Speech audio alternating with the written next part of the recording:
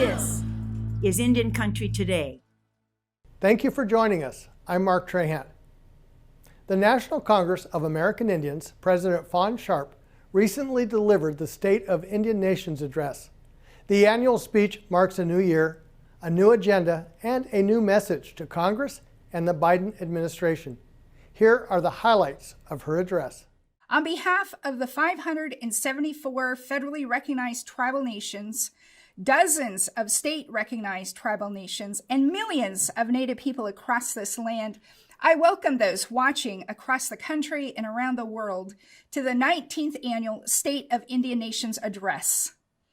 As president of this hallowed national organization, it is my sacred duty to stand before you each year to uplift Indian country's unwavering strength, resilience, and ingenuity to the world, to recite the timeless obligations of the United States government to tribal nations and how it must fulfill them, and to affirm the enduring sanctity of sovereign tribal nations freely governing our own lands and affairs, devising solutions to daunting challenges, and nourishing the vibrancy of our communities and cultures, just as we have done for millennia. I share Indian country's message with you today from my people's sacred ancestral homeland along the pristine shores of the Pacific Ocean. We welcome you virtually to the Quinault Indian Nation. So why do we share this message, and who is it for? We gather in this way each year to assess and advance the government-to-government relationship between tribal nations and the United States, to share our perspective on the health of that relationship, and to discuss how it can and must be strengthened by working together as full, equal, and abiding partners. To that end, this address speaks to our federal counterparts, those who hold elected office, but also those political and judicial appointees and agency staff whose decisions and work directly impact tribal sovereignty, for better or worse.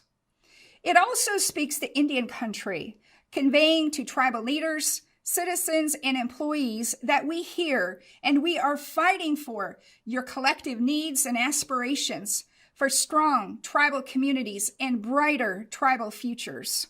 Finally, it addresses our fellow Americans who are looking to tribal nations for guidance and solutions in the face of what President Biden recently described as the cascading crises of our times, from the COVID-19 pandemic to climate change to racial justice.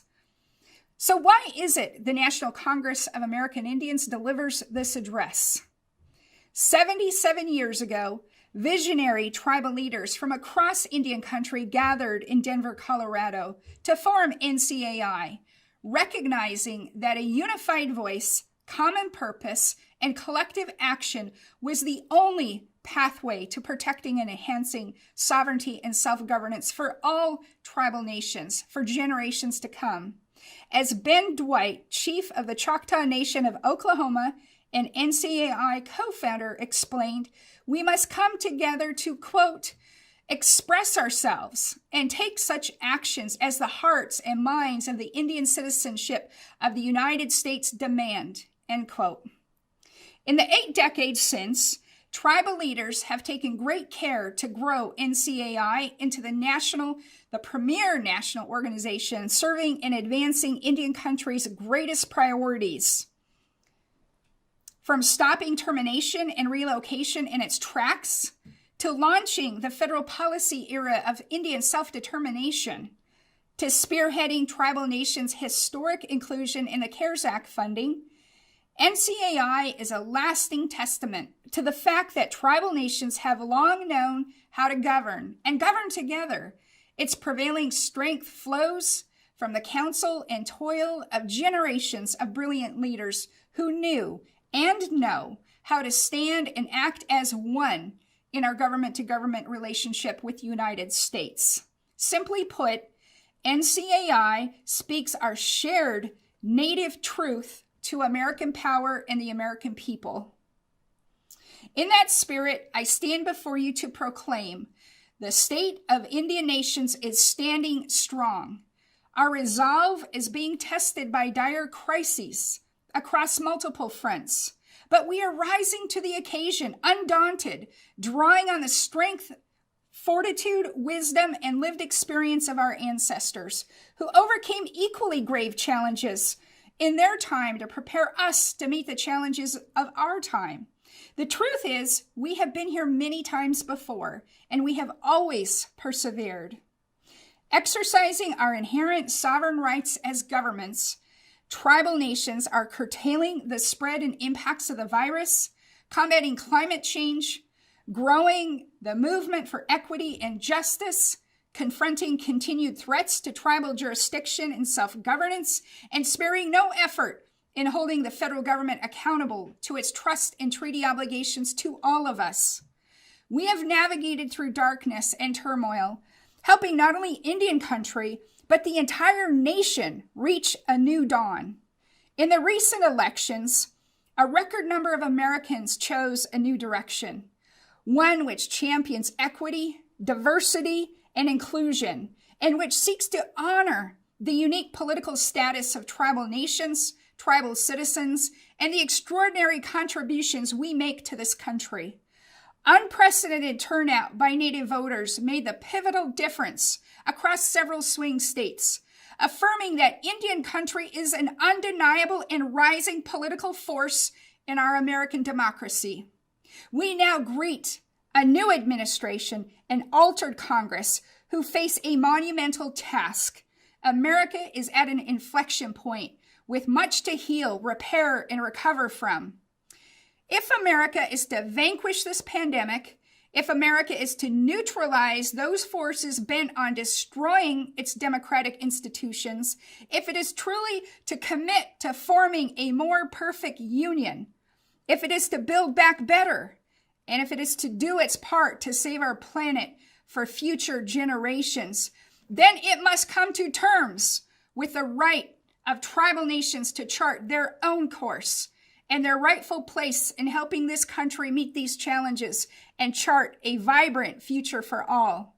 And it must live on those terms. To do so, it must first acknowledge a fundamental truth, our shared Native truth. Namely, that this nation was built and is sustained through the promises it made to tribal nations in exchange for millions of square miles of tribal land. These promises have no expiration date, requiring the United States to support tribal self-governance, education, healthcare, and other key services forever. The United States must then reconcile with its utter failure to meet its end of this grand bargain with tribal nations, such as the chronic underfunding of its trust and treaty obligations, continued interference with tribal jurisdiction, making decisions that impact tribal lands and communities without first securing tribal consent. And the list sadly goes on and on. The famed poet Maya Angelou once wrote, "History, despite its retching pain, cannot be unlived, but if faced with courage, need not be lived again." If the United States is truly committed to embracing our shared future with courage, it must formally acknowledge and reckon with the retching pain its failures continue to cause our tribal nations and communities. It must use the lessons it learns from this process to create an altogether different story with Indian country. One that affirms through its own laws, policies, regulations, and governance the inherent rights of tribal nations to control their own lands, affairs, and destinies. And one that supports and enhances in every conceivable way the full and free expression of tribal sovereignty by tribal governments. One which we have proven time and time again benefits not just Indian country, but our neighbors and the nation as a whole. So how do we get there from here? How does the United States help us forge this courageous future by reckoning with its past and heeding the express priorities of tribal nations today? Indian country is encouraged by several actions already taken by the new administration. For example, The president's historic nomination of Congresswoman Deb Haaland is the first ever Native person to lead the Department of Interior, which more profoundly impacts the daily lives of Native people than any other federal agency. A citizen of the Pueblo of Laguna and a 35th generation New Mexican, she possesses a centuries-old connection to and reverence for the beautiful and sacred landscape of this country, which the Creator gifted to our ancestors when time began. Her distinguished record of public service demonstrates that she is immensely qualified to steward our nation's lands and resources in ways that sustain all communities, economies, and cultures. Deb Haaland also understands to her core what supporting tribal sovereignty means in practice and how that requires a complete transformation of the department so that it defers and not dictates to tribal nations. She understands us in our needs because she is one of us. She understands our shared Native truth because she has lived it. We call upon Congress to confirm Deb Haaland without delay.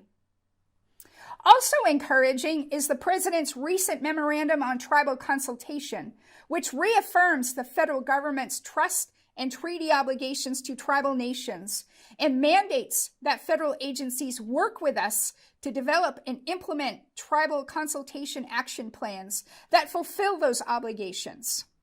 Equally critical are President Biden's executive orders and actions, rejoining the Paris Climate Agreement, revoking the Keystone XL pipeline permit, suspending drilling in the Arctic National Wildlife Refuge, reinvesting the last president's unlawful downsizing of the national monuments at Bears Ear and Grand Staircase Escalante, and waiving the non-federal cost share of FEMA COVID-19 disaster resources.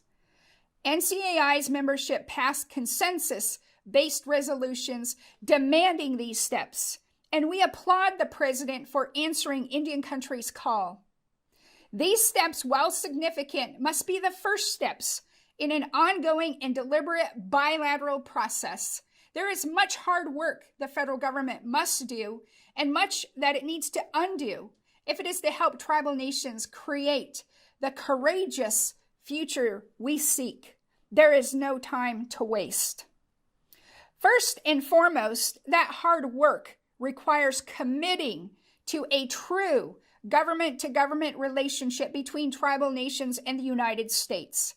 We demand and deserve a standard in which we come together as equal governmental partners, working hand in hand to develop the laws and policies that advance the federal government's trust and treaty obligations, or otherwise impact tribal nations and their citizens.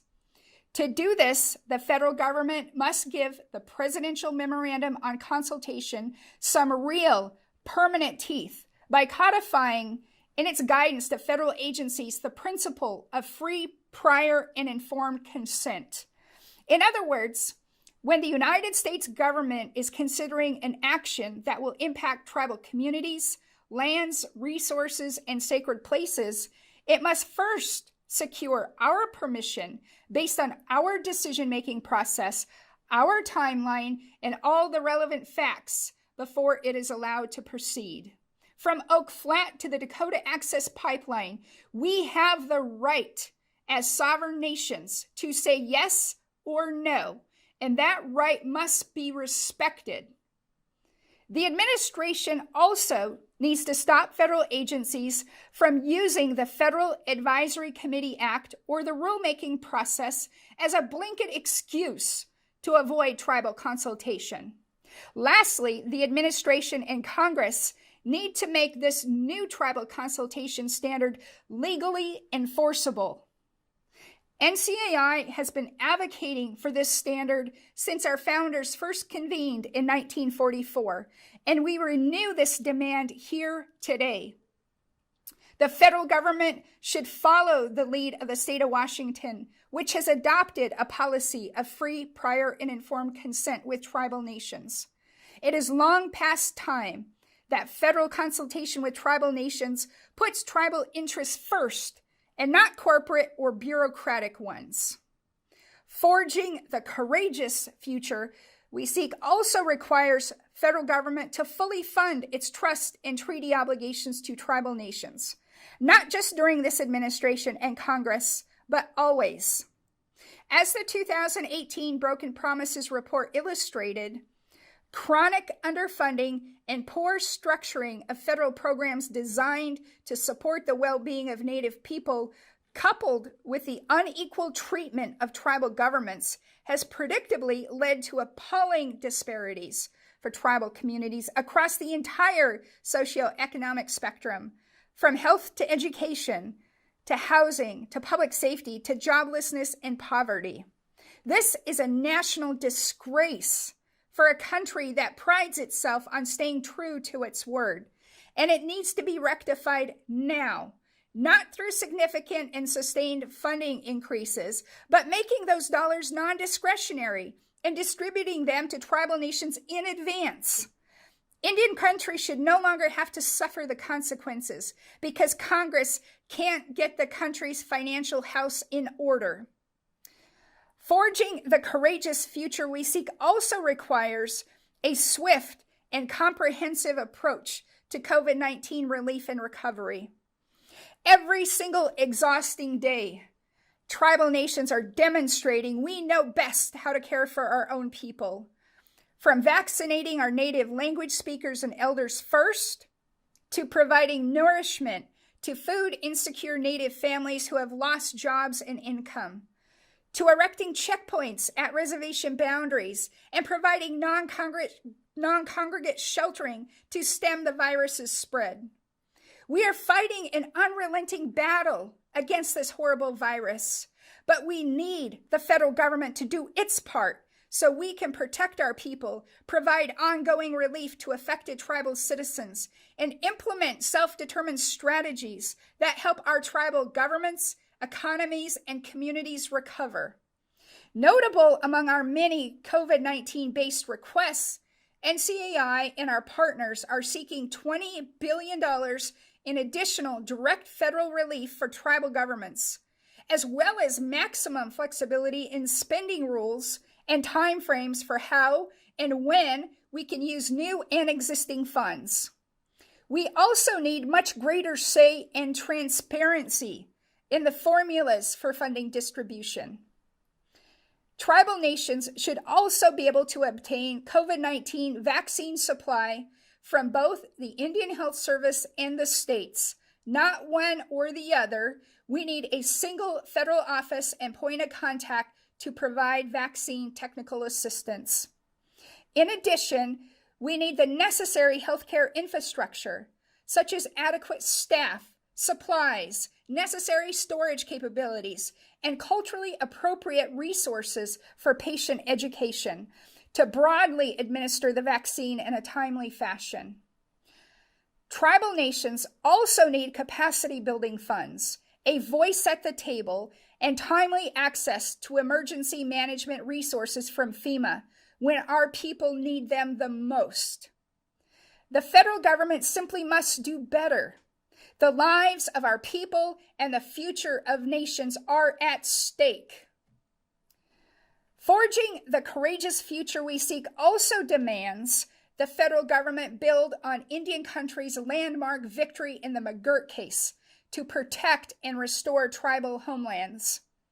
This includes finally passing a clean card cherry fix in Congress, which will affirm the right of all federally recognized tribal nations to take land into trust, reviving the successful Cobell land buyback program to allow more tribal nations to participate, reinstating the M opinions from the Obama administration to enable federally recognized tribal nations in Alaska to take land into trust, to protect the lands of the Mashpee Wampanoag tribe and other tribal nations impacted by Carcieri, and confirm the Mandan, Hidatsa, and Arikara Nation that it's the rightful owner of the Missouri riverbed.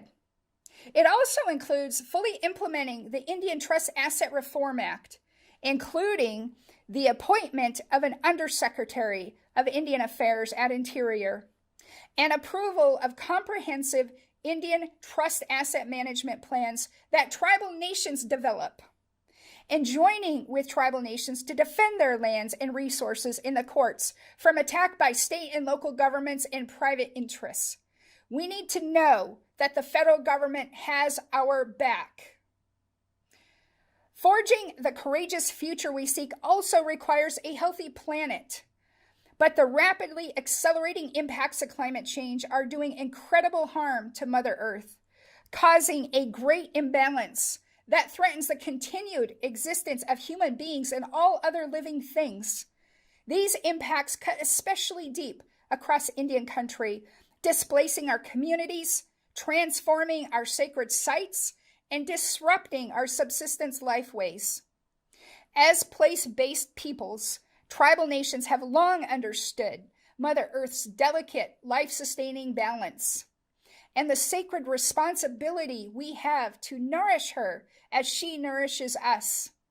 Across this country, we are taking bold, strategic action, implementing climate adaptation, mitigation, and resilience solutions that other governments around the world can use as templates for effective action. Unfortunately, the past 4 years, the United States has been derelict in its own duty to act. Rejoining the Paris Agreement marks a welcome reversal of that course, a course that needs to center the role, input, and expertise of tribal nations in America's domestic and international climate action effort. This must include the participation of tribal nations and leaders in international and interstate climate-related negotiations and advisory councils. Tribal nations' inclusion in congressional and executive branch climate planning and interagency working groups. Equity in funding for climate action by including tribal governments when federal assistance is provided to state and local governments. Increased multi-year and standalone funding for tribal climate action programs and initiatives. And a significant investment by the United States to support displaced tribal communities and repair tribal places damaged by climate change and environmental degradation. Finally, forging the courageous future tribal nations seek requires a genuine commitment to justice and equity. America's greatest strength is its diversity. Yet Native people still confront structural racism and discrimination in all aspects of their daily lives, from the classroom to the ball field to the ballot box. Creating a truly just and equitable society starts with education. All Americans need to be taught from a young age who tribal nations and peoples are today, how we have persevered in the faces of policies designed to extinguish or assimilate us, and why they have a civic responsibility as Americans to respect and uphold the inherent sovereign right of tribal nations to live as our Creator intended. To that end, we call on the federal government, state and local governments, school boards, and other key stakeholders to create, fund, and implement a comprehensive curriculum about tribal nations, tribal sovereignty, and the rich histories and contemporary lives of Native people. This curriculum should be designed by local tribal educational experts and provided to K through 12 schools across this country. We also call on them to help us finally retire those Indian school mascots that dehumanize us and foster a hostile learning environment for our youth. And when we join our racial justice and civil rights partners in calling for systemic policy changes at the federal, state, and local levels that foster equity and provide justice, from expanding voting rights to policing reforms to instituting measures to keep our students in school and out of prison. There are many other crucial steps on our collective horizon, such as tax reform, investing in Indian country's infrastructure, fully enforcing the Indian Child Welfare Act, and ending the epidemic of missing and murdered Indigenous women that the United States must take today and over the long run to do right by tribal nations and to support us and creating the courageous future we seek. Tribal governments caring for our lands and resources as we see fit. Robust tribal economies that provide opportunity for all tribal citizens. Strong Native families who are healthy and whole. Safe, vibrant tribal communities. Native people speaking our native languages and practicing our cultural life ways. Highly educated, culturally enriched Native youth able to realize their full potential and prepared to lead our tribal nations to even greater heights. This is the courageous future tribal nations seek, and the one we have always worked for. We will forge ahead as we always have. We need the federal government to join us on that journey, not stand in our way. No more. Fawn Sharp, NCAI President with the State of Indian Nations Address. From all of us at Indian Country Today, have a great day. I'm Mark Trahant.